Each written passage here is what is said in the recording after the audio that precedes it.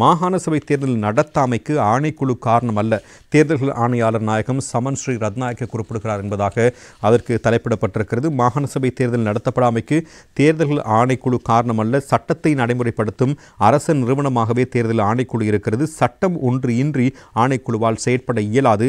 நாட்டின் தேர்தல்கள் குறித்து தீர்மானிக்கும் முழுமையான அதிகாரம் ஆணைக்குழுவுக்கு இருந்திருந்தால் மாகாண சபை தேர்தல் உட்பட எந்த ஒரு தேர்தலும் தாமதப்படுத்தப்பட்டிருக்காது என தேர்தல்கள் ஆணையாளர் நாயகம் சமன் ரத்நாயக்க சுட்டிக்காட்டியிருக்கிறார். அரசியலமைப்பின் 13வது திருத்தச் சட்டத்தின் ஊடாக பரிந்துரைக்கப்பட்டிருக்கின்ற மாகாண சபை தேர்தல் குறித்த பேச்சுக்கள் தேசிய அரசியலில் சூடுபிடித்திருக்கின்ற நிலையில் ஆணைக்குழுவின் நிலைப்பாட்டை தெளிவுபடுத்தும் போதே ஆணையாளர் நாயகம் இதனை சுட்டிக்காட்டியிருக்கிறார்.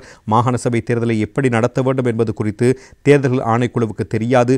பாராளுமன்றத்தில் உள்ள 225 பேருக்கு மாத்திரமே தேர்தலை எப்படி நடத்துவது என்று தெரியும். ஏனெனில் மாகாண சபை தேர்தலை எந்த முறைமையில் நடத்த வேண்டும் என்ற சட்டம் தற்போது நாட்டில் இல்லை. அவ்வாறு இருக்கும் போது தேர்தல்கள் ஆணைக்குழுவால் இவ்வாறு தேர்தலை நடத்த முடியும். குறிப்பாக மாகாண சபை தேர்தலை நடத்த வேண்டும் என்று இன்று கோஷமிடுபவர்கள் 2018ஆம் ஆண்டிலிருந்து தேர்தலை ஒத்திவைக்கவே நடவடிக்கை எடுத்திருந்தார்கள். எனவே ஆணைக்குழுவால் ஒன்றும் செய்ய இயலாது.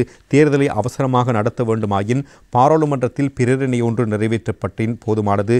ஆனால் இலங்கையின் தேர்தல்களில் புதிய முன்னேற்றங்கள் குறித்து பேசிவிட்டு மீண்டும் பழைமை முறைக்கு செல்வது என்பது ஏன் என்று நாங்கள் சிந்திக்க வேண்டும். எனவே மாகாண சபை தேர்தலை அவசரமாக நடத்த வேண்டும் என்பதற்காக மீண்டும் விகிதாசார பிரதித்துவ முறை குறித்து பேசுகிறார்கள். அவ்வாறாயின் விகிதாசார அல்லது புதிய தேர்தல் முறை குறித்து ஏன் பேச வேண்டும் என்ற கேள்வியும் அவரால் எழுப்பப்பட்டிருக்கிறது. எனவே மாகாண சபை தேர்தல் நடத்தப்படாமைக்கு தேர்தல் ஆணைக்குழு காரணம் அல்ல, சட்டத்தை நடைமுறைப்படுத்தும் அரசு நிறுவனமாகவே தேர்தல் ஆணைக்குழு செயற்படுகிறது என்ற விடயமும் அவரால் இதன் பொழுது வெளிப்படுத்தப்பட்டிருக்கின்ற முக்கியமான ஒரு விடயமாக அடையாளப்படுத்தப்பட்டிருக்கிறது.